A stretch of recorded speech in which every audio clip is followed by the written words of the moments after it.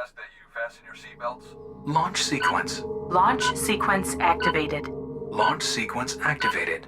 5, 4, 3, 2, 1.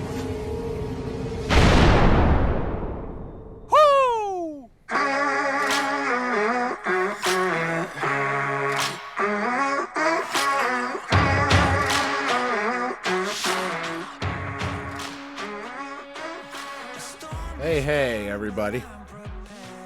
Welcome to the Launchcast. Gonna cut that intro a little bit short now because this is a different kind of episode. Thank you for joining me, guys, for episode 108 entitled Mamba Out. It is the Kobe Bryant tribute episode. It's me. Thank you, guys. The launch dad himself, George Andriopoulos, and I wanted to bring you guys a special bonus episode of the Launchcast today. This is different than what we normally do. I've been very touched and affected by the news of what happened to NBA legend Kobe Bryant over the last few days, and so I wanted to get out here and just speak about it with people that are not only fans of Kobe, but fans of leadership in itself, because Kobe was a leader in what he did. Big time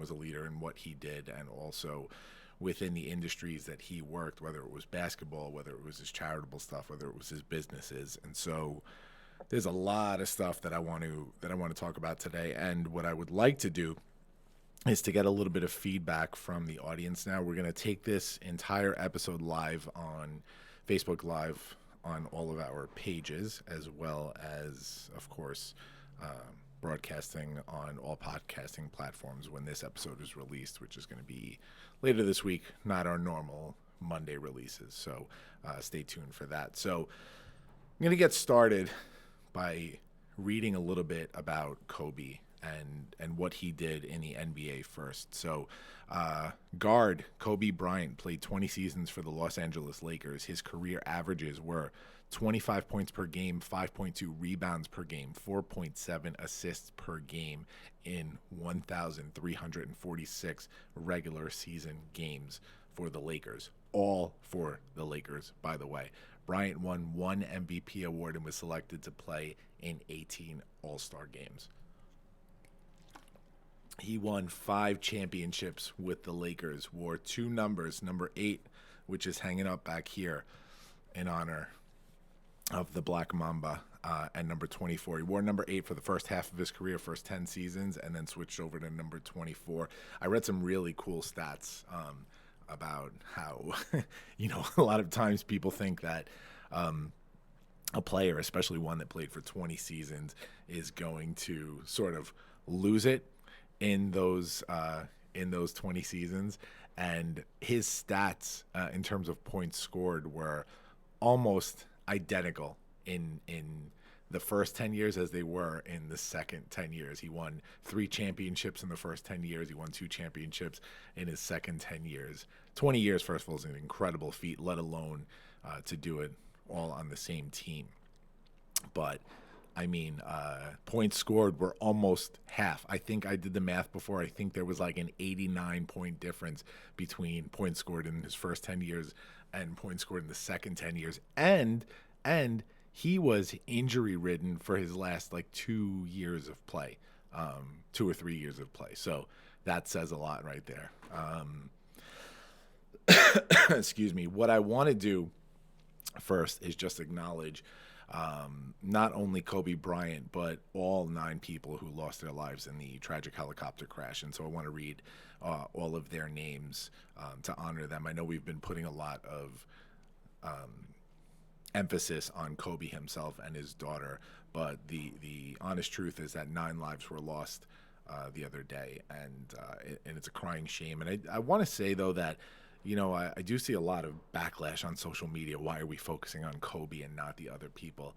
Look, if we knew the other people personally, not that we knew Kobe personally, but we're going to talk about what this sort of meant to sports fans around the world as this podcast goes on today. But if we knew them personally, I'm sure we would have just as big of a focus. But I knew Kobe in terms of being a fan of his, right? This is somebody that for 20 plus years I've been following this guy's career. And, he started 1996 in my senior year of high school. And so he meant a lot to a lot of people. And so we need to look at that emphasis right now on the tribute to his death, as really just honoring a person that we sort of knew, honestly. But of course, Kobe Bryant was lost. His 13-year-old daughter, Gigi Bryant. Gianna's basketball teammate, Alyssa Altobelli. Alyssa's father, John Altobelli, who was the baseball coach at Orange Coast College. Kerry Altobelli, Alyssa's mother. Christina Mauser, a basketball coach at the nearby Harbor Day School where Gigi Bryant attended. Peyton Chester, a middle school student. Sarah Chester, Peyton's mother. And the pilot, Ara Zobayan. So nine lives lost there. And I do want to, I know probably sounds silly to all of you because this is just a tiny little podcast, and but I want to do my part in honoring them. So I just want to have a moment of silence for all those lives lost.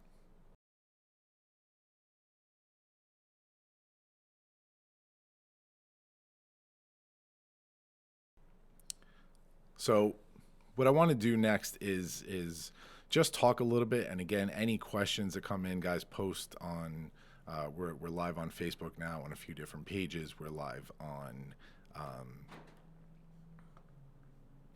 Periscope, Twitter. We're live on YouTube, maybe even LinkedIn. Not sure. So any questions you guys have, you want to get involved in the conversation, please post them, and we'll try and get to them. I want to read a letter that I wrote, an open letter, as a social media post to kind of let you guys understand sort of what I've been thinking these last few days as a sports fan, and then I'll kind of get into what this letter means to me and why I wrote it. So this is an open letter to Kobe Bryant. It reads, excuse me. It reads, "Dear Mamba, I have always been a Bulls fan. Since I can remember seeing Michael Jordan play for the first time, I was completely hooked. As a teenager, I would record games and go to the gym, and I would try and mimic MJ's form. The Bulls were my team, but I also liked the Knicks because I'm a New Yorker and they were my dad's team, and I liked Patrick Ewing. I liked the Celtics because of Bird. I liked the Lakers because of Magic. I always admired the legends because I have a great respect for history and those that came before us. Basketball invited me into the world of sports, and I am so thankful for the joy that sports has given me throughout my life." The question for me is, do you know how to crack even the most seemingly emotionless of men? Sports. Watch a sports fan witness their team winning a championship, and you will see a roller coaster of emotions. The Mamba gave that joy to basketball fans 5 times, Lakers fans and basketball fans, not including his 2 gold medals, all the All-Star games, and of course the daily grind of 20 82-game seasons and the playoffs that follow them. This one hit me hard. Kobe came onto the scene during my last year of high school. When the comparisons to Jordan started, I completely despised him. I hated that fans thought that my guy, MJ, could be replaced. Even worse, I hated that when I watched his form, his body language, and even his mannerisms during interviews, I knew that he was trying to be a carbon copy of the GOAT, the greatest of all time, Michael. And then Jordan retired. And although there were plenty of superstars left to enamor us, it wasn't the same anymore. Not for me, at least. That is until Kobe won his first ring. And that's when I realized that something special was happening. The next generation of kids were watching, and they had their own GOAT. I realized that Kobe wasn't mimicking MJ to steal his moves. He was doing it because Jordan was his GOAT. It was his player. And this was his roadmap to success when he was young. He did the same thing that I used to do in a gym. Of course, much better, by the way. He did the same thing that I used to do in a gym as a teenager. He wanted to be like Mike. Only he wasn't just like Mike. He was the Black Mamba, one of the deadliest players to ever lace them up. The most killer instinct there ever was in the NBA. Kobe earned his place on the Mount Rushmore of basketball, and I am absolutely heartbroken that one of the legends that changed the game is gone so tragically. I'm even more heartbroken to think that he had to hold his 13-year-old daughter in his arms to try and protect her as they both lost their lives. 9 souls were lost, all important, but this man was a legend to me, and today my heart hurts. Prayers up to the Mamba, Kobe Bean Bryant, the greatest Laker to ever wear the purple and gold. You gave us all so much. Signed, your fan, George. So I wrote that the other day and posted it on social media. I wrote a longer form of that and sent it out to a few outlets to see if I could get that published because, you know, just like the players have the Players Tribune, which I'll mention in a little bit, that is run by Derek Jeter, and have an outlet. I thought it was important that, you know, people read this from a fan. And by the way, not a Laker fan. You know, I like I said, I like the Lakers in terms of the greatness of their organization, and it's one of the most legendary sports franchises in history. The people that have come through there, Kobe, Shaq, LeBron now, Kareem Abdul-Jabbar, Magic Johnson, James Worthy, you know, Jerry West, everybody. I mean, it's legendary. Wilt Chamberlain.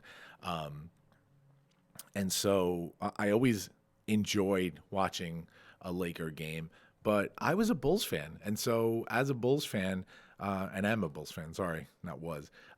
So as a Bulls fan, you know, I was constantly rooting against the Lakers, but you couldn't really help but root for Kobe sometimes because, man, when you realize just the work that somebody has put into something and how good they are at what they do, it's what I strive to do, right? That killer instinct to be a winner and to beat your opponent and to just be the best at what you do. It's what I strive for my mentality every day. I want that Mamba mentality that he had. That's what I try and do every single day. And to sustain that for 20 years in the NBA, the greatest platform for playing basketball on the planet, the most competitive platform for playing basketball on the planet. And he killed it. For 20 seasons, he stayed competitive. He started off as a blue chipper coming out of high school, Lower Merion High School.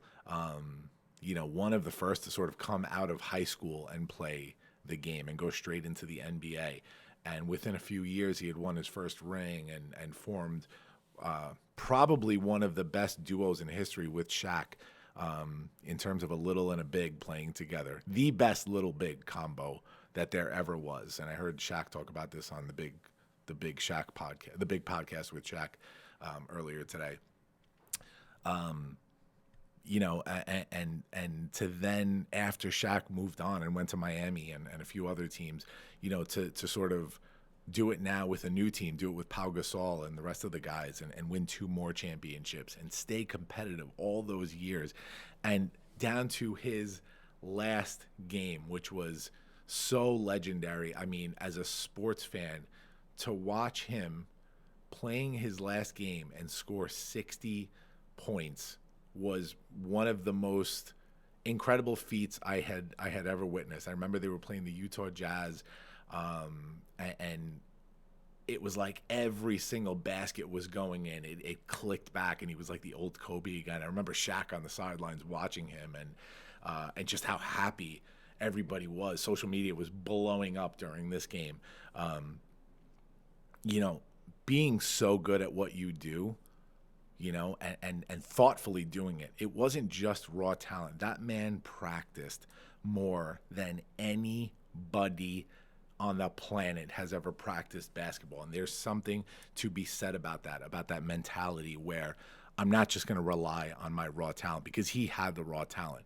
You know, Michael Jordan, I look at, he's my favorite player of all time and arguably the greatest player of all time. He's up there with Mike, you know, and Mike was just naturally talented and, of course, worked his ass off. But man, from what I heard, the legends of Kobe's work ethic were tremendous. It's what sparked a lot of the rifts between Kobe and Shaq during their time together, and subsequently after Shaq left the Lakers and was traded to Miami. And so, as a man, as a business person, as somebody who strives to be successful, to me that's huge. To be so persistent about putting the work in every day, because you will not be successful unless you put that work in every single day at what you want to be good at. Now, that's the basketball player, and I have to acknowledge that and talk about that, because this is what drew me. Sports, for a lot of people, and I'm going to speak as a man right now, but I know this applies to every gender, every single person on this planet that is into sports. Sports is so special to us as real sports fans. My two favorite sports are basketball and football, but basketball for me blows everything away. A guy like this comes once in a generation, really. I grew up with Jordan. The next generation grew up with Kobe and then LeBron. And there's going to be somebody else taking LeBron's place one day, whether it's Zion or whoever's next to be that guy. But he gave a lot of people joy. He gave a lot of people joy over the years. You could see that in the reactions right now over Kobe's death. I know it was so tragic in how it happened, but the outpouring of love. I have been watching interview after interview and tweet after tweet for the last few days since this happened, and it's almost like I'm a glutton for punishment because it makes me emotional when I watch these things. But it really means something when you have some of your biggest competitors going out there and they're at a loss for words. I mean, these were people that were just professional colleagues. I watched Doc Rivers doing an interview. Doc is the coach of the LA Clippers, and they were supposed to have a game tonight, the Clippers and the Lakers, which was postponed, which I think was a smart move. But Doc had no words. He couldn't even compose himself. He was a mess on that interview. I get it. I heard Shaquille speaking. I saw Michael Jordan's comments come out. The NBA's comments, the Lakers themselves, the organization was so tight-knit in terms of the Buss family and Kobe.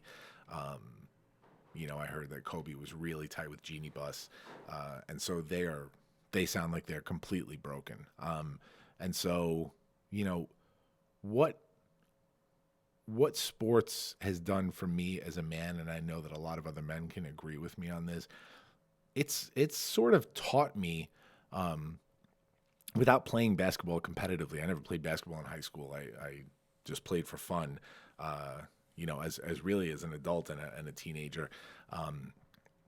It's taught me a lot about responsibility. It's taught me a lot about sportsmanship. It's taught me a lot about competitive drive. We need sports in a healthy way. We need sports to teach us that. And so when you have leaders like Kobe that come out and show us the blueprint for how it should be done, it's really special. And so we have to acknowledge how special his contribution was to the world at large, not just basketball, but to the world at large. Outside of basketball, and I wanted to talk about this stuff a little bit.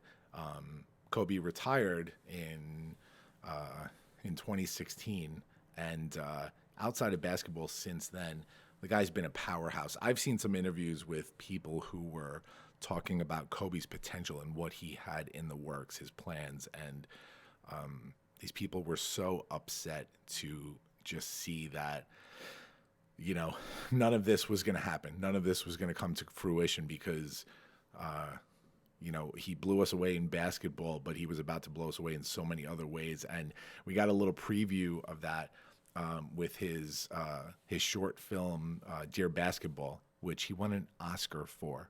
Is that goddamn crazy that an NBA champion and MVP also won an Oscar? It goes to show you. And Dear Basketball actually came from a poem that he wrote and he published in the Players Tribune, which I want to read real quick. Yeah, it's not too long. So it's Dear Basketball. I don't want to get all mushy on this, but all right. Dear Basketball, from the moment I started rolling my dad's tube socks and shooting imaginary game-winning shots in the Great Western Forum, I knew one thing was real. I fell in love with you, a love so deep I gave you my all. From my mind and body to my spirit and soul. As a 6-year-old boy, deeply in love with you, I never saw the end of the tunnel. I only saw myself, running out of one. And so I ran. I ran up and down every court, after every loose ball for you. You asked for my hustle, I gave you my heart, because it came with so much more. I played through the sweat and hurt, not because challenge called me, but because you called me. I did everything for you, because that's what you do when someone makes you feel as alive as you've made me feel. You gave a 6-year-old boy his Laker dream, and I'll always love you for that. But I can't love you obsessively for much longer. This season is all I have left to give. My heart can take the pounding, my mind can handle the grind, but my body knows it's time to say goodbye. And that's okay. I'm ready to let you go. I want you to know now, so we both can savor every moment we have left together, the good and the bad. We have given each other all that we have. And we both know, no matter what I do next, I'll always be that kid with the rolled up socks, garbage can in the corner, 5 seconds on the clock, ball in my hands. 5, 4, 3, 2, 1. Love you always, Kobe. My daughter actually just watched the Dear Basketball short in school yesterday. They showed it during one of her classes, and she loved it. That's an embodiment. Dear Basketball, the poem, is an embodiment of how so many of us feel about basketball. It's incredible to see the passion that one person turned into just a game-changing career, right? To come into basketball as we know it and leave it in a completely different way. That's what the greats did. That's what Wilt did. That's what Bill Russell did. That's what Magic did. That's what Bird did. That's what Jordan did, and Kobe did that, and LeBron's doing that, and Steph Curry is doing that. These are names that we will remember forever. I'm so sad that Kobe was so close to getting into the Hall of Fame. He deserved to walk up that ramp, and he deserved to be inducted by who he chose to induct him. I don't know if it would have been Michael or Shaq or Phil Jackson, or I'm sure one of those people. He deserved that. He deserved that honor because he has done more for the game of basketball than I can't even tell you. And so what I want to talk about for a minute is, and again, you guys can totally engage if you want, send over questions. I think I'm on all the feeds here. I want to talk for a minute about Kobe outside of basketball. I watched a few more interviews. I watched Jimmy Fallon's reaction, Jimmy Kimmel's reactions last night. Really, really emotional reactions because they both knew Kobe personally. I heard Shaquille O'Neal's reaction on the Big Shaq podcast, Big Podcast with Shaq, sorry. So many of his colleagues, Dwayne Wade. And what was the one thought that rang through in every single interview that I heard or read was that his role as a father mattered to him more than anything. Kobe had 4 daughters, unfortunately lost one of them with him in his accident. But his role as a father mattered more to him than anything. What I loved is that, and this is something that I think a lot of us can relate to, he had a mission in what he did in terms of his career. He had to be Kobe Bryant. Once it was very apparent that Kobe Bryant was going to be a legacy and being Kobe Bryant was a thing, he had to see that through. And he did that for us, make no mistake. It wasn't just for him. It was part of it was for his legacy and for his family, but he did that for the fans because we always need a Kobe. We always need a Jordan when we're watching our favorite sport. And so he did that for us. He saw through a 20-year career, which is, by the way, probably 3 times, I don't know the figure on this, but probably 3 times or more of what the average NBA career length is. And he saw it through for 20 years. And he did that for us. But once it was over, and he knew it was over, like we read in Dear Basketball, once he knew it was over, he was so excited to move on to focusing just on his family. Had a newborn last year. And so the stories I heard about Kobe as a dad, the time he spent with his girls, Gigi, who was his daughter, Gianna, that was lost in the helicopter crash as well. From what I heard, she was on her way to being a mini Mamba herself. I heard she was a killer player. Some of the things I read, and I actually read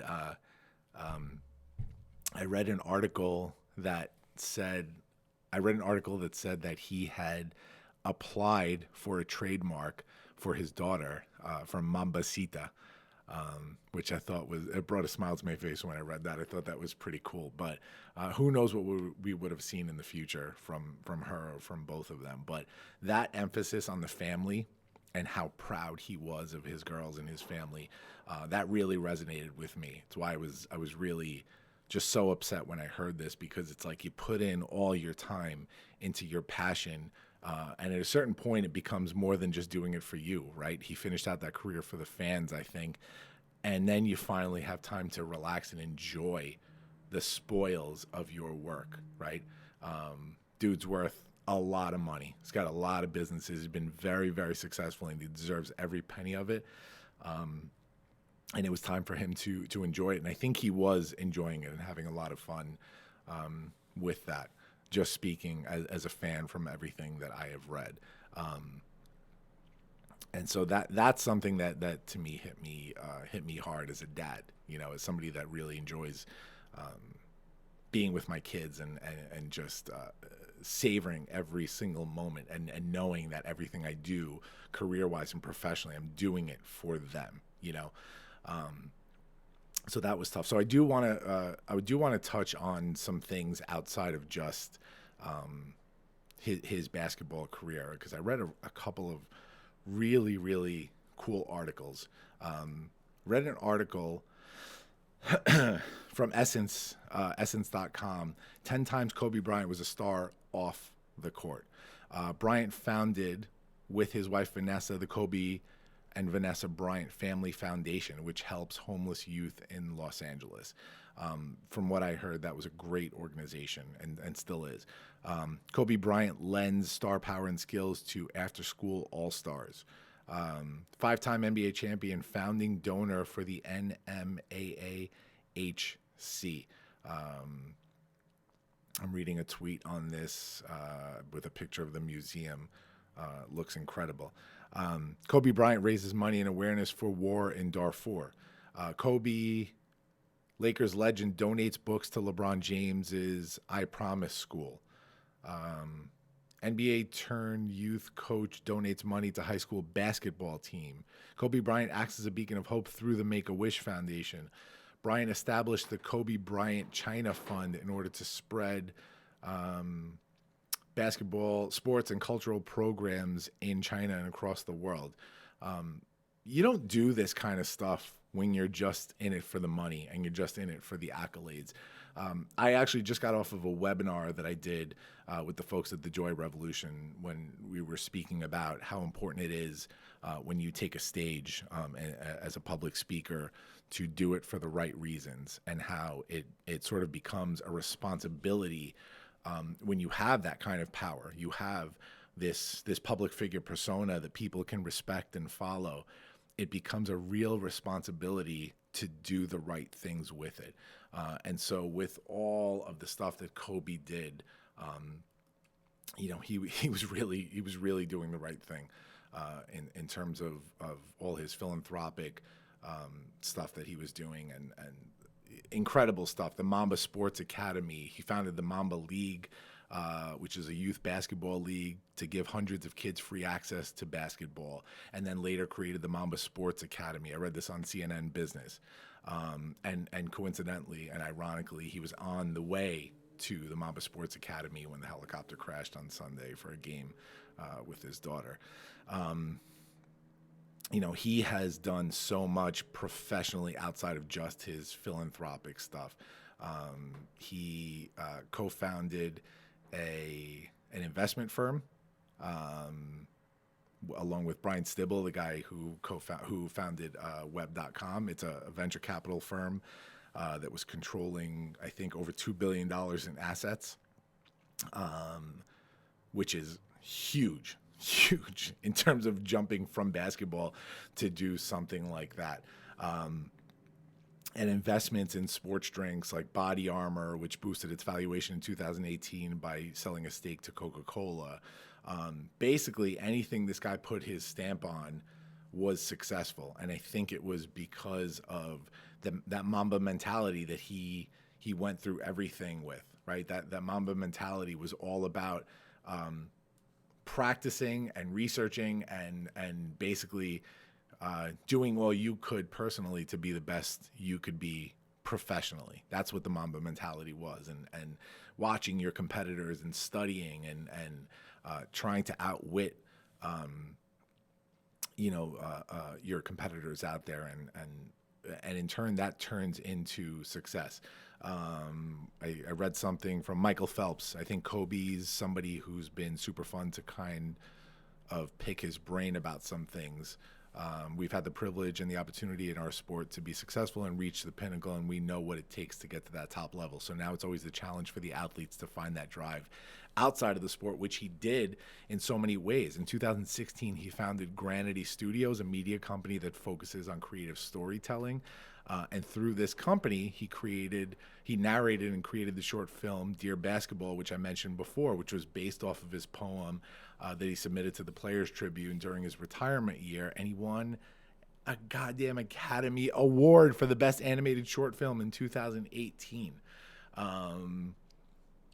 Granity also released a set of books for young adults along with Bryant's autobiography, The Mamba Mentality, How I Play. Sharing that knowledge, right? Like, how important is that in terms of, once he's done now, right? He's out of this career. He's cemented his legacy in basketball. He earned his place on the Mount Rushmore of basketball, and now he's sharing that knowledge with other people, sharing what it's like, I guess what made him successful in terms of that mentality, how he harnessed it.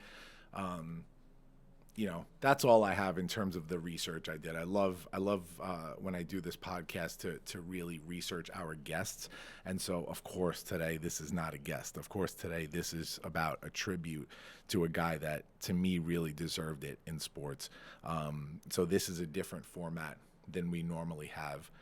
A much different format. We always have a guest here. We're always having a great time.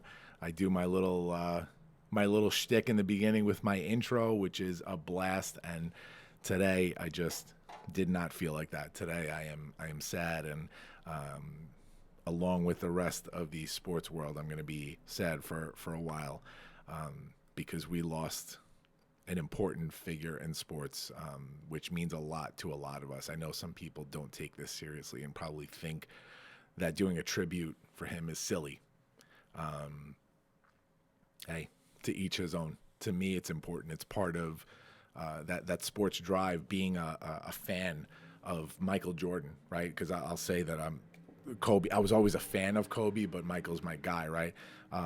Very similar. Who do you think the Mamba learned it from? Very similar will to win, competitive drive. Kobe had the work ethic. Jordan probably was the most competitive athlete that I've ever witnessed in my life. And so he sort of took that competitive mentality and grew on it, right? He grew on it, and it evolved into the Mamba mentality, which combined the competitive mentality and the work ethic and this killer instinct.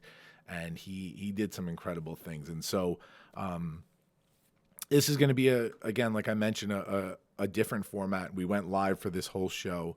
I wanted to pay tribute to Kobe. I want to, as a fan, I want to say thank you for what you've given us as basketball fans. We watch this sport for a reason. Those of us that are obsessed with basketball. We watch this sport for a reason, and every generation needs that guy, and you were that guy for so many people out there. You helped continue the legacy of one of the most storied franchises in all of sports, up there with the Yankees, up there with the Celtics, up there with the Packers, and so, as fans, we all thank you for what you did for us. I will continue to pray for Kobe's family and all the people out there that are feeling hurt by Kobe. I know we as fans were hurt, but it's nothing compared to what his family is feeling right now. And I want to leave everybody with this. We always do our moment of inspiration at the end of each show. I think this whole show was really about that. And we're going to be shifting to call this our spark moment of the day. But we'll call it the moment of inspiration for this show right now. I've heard this in interviews for the last couple of days, people that are out there that have beef, right? That are angry about something, that are holding a grudge about something that's happened within their lives with a loved one, with a friend, with an ex-friend, whatever. And the sentiment that's ringing through across all of these interviews and posts that I'm seeing is that life is too short, right? It's time to drop that shit. I heard Shaquille today on the big podcast with Shaq talking about how he's getting questioned left and right about his tumultuous relationship with Kobe. And so, sure, it was a tumultuous relationship, and he said, but we're brothers, and that's what happens. Brothers fight, brothers love each other, but in the end, we're still brothers. And so he said that he had regretted not communicating with Kobe more, although they left things just fine. Apparently, Kobe actually called Sharif, Shaq's son, earlier in the day, about an hour before this all went down, to just check in on him, see how everything's going with him. I saw a post from Kendrick Perkins, who had last week that huge Twitter beef with Kevin Durant, his ex teammate, and Perkins put it out there like, hey man, it's all love, I'm sorry, time to end it. And so in that vein, that's kind of that moment that I want to speak about today, is that life is too short. I've been through this. I'm still in this, with some people. Life is too short. Love everybody. Get over it. Get over yourself, because you never know what tomorrow holds. And just move on, because you never know. So I want to thank everybody for joining me today. Thank you for listening in on this little bit of a different format. I felt that I wanted to put this out there today. And this isn't about ratings. This isn't about putting out content about Kobe, because that's what everybody's doing right now. This is a basketball fan sending his appreciation to a guy that brought him a lot of joy on the television screen and in arenas over the years. So the last thing that I heard Kobe say on a basketball court ever was Mamba out in his last interview after his last game. And so Mamba out for real right now. We're sad that we won't ever hear from you again, but your legacy will never be forgotten. Thank you for joining me, guys, on this special episode of the Launchcast. I'll see you next time. Launch sequence terminated. Into the black hole.